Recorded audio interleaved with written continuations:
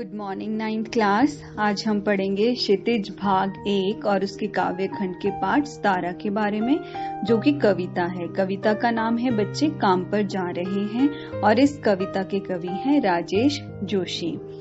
आज के भौतिकवादी युग में मानव से दूर तो हुआ ही है, पर साथ ही उसने बच्चों के बचपन को भी छीन लिया है। सामाजिक और आर्थिक विषमताओं ने बच्चों को खेल कूद और शिक्षा से दूर कर दिया है। सर्दियों की कोहरे से भरी सड़क पर बच्चे सुबह सवेरे काम पर जा रहे हैं, जो समय ही सबसे भयानक बात है।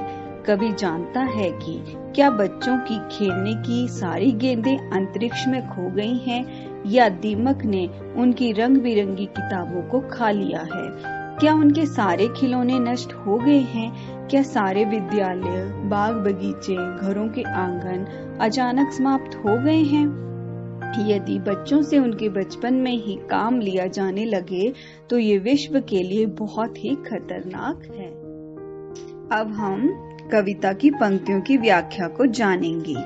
कोहरे से ढकी सड़क पर बच्चे काम पर जा रहे हैं। सुबह सुबह बच्चे काम पर जा रहे हैं। हमारे समय की सबसे भयानक पंक्ति है यह। भयानक है इसे विवरण की तरह लिखा जाना चाहिए इसे सवाल की तरह। काम पर क्यों जा रहे हैं बच्चे?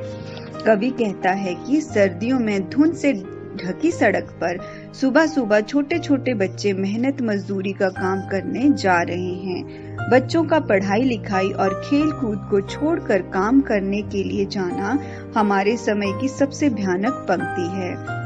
इसे बढ़ा चढ़ाकर लिखना और विवरण की तरह लिखना बहुत भयानक है। इसे इस प्रकार नहीं लिखा जाना चाहिए, बल्कि इसे प्रश्न के रूप में लिखा जाना चाहिए कि बच्चे अपने छोटे सी आयु में काम करने के लिए क्यों जा रहे हैं। भाव है उन्हें काम पर नहीं जाना चाहिए, बल्कि बच्चों की तरह ही भोला भाला जीवन जीना चाहिए।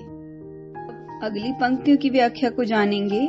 क्या अंतरिक्ष में गिर गई है सारी गेंदें? क्या दीमकों ने खा लिया है सारी रंग बिरंगी किताबों को? क्या काले पहाड़ के नीचे दब गए हैं सारे खिलौने? क्या किसी भूकंप में ढह गई है सारे मदरसों की इमारतें? क्या सारे मैदान, सारे बगीचे और घरों के आंगन खत्म हो गए हैं एकाएक? तो फिर बचा ही क्या है दुनिया में? कवि जानना चाहता है कि बच्चों की सारी गेंदें क्या आकाश में खो गई हैं? क्या उनकी रंग बिरंगी पुस्तकों को दीमक ने खा लिया है? और क्या उनके सारे खिलौने बड़े बड़े काले पहाड़ों के नीचे दबकर नष्ट हो गए हैं? बच्चे अब खेलते क्यों नहीं? वे पढ़ते क्यों नहीं? क्या उनके विद्या प्राप्त करने के लिए विद्यालय किसी अंधकार या भूकंप के कारण ढह गए हैं? क्या खेलने के लिए सारे मैदान, सारे बगीचे और घरों के आंगन अचानक ही समाप्त हो गए हैं? यदि वास्तव में ऐसा हो गया है तो इस दुनिया में बाकी बचा ही क्या है? ये दुनिया बच्चों के कारण ही है। यदि बच्चों का बचपन उनके पास नहीं तो दुनिया किस लिए है? इसका कोई और औचित्य शेष नहीं रहा। अब कविता की अंतिम पंक्तियों की व्याख्या को जानेंगे। कितना भयानक होता अगर ऐसा होता।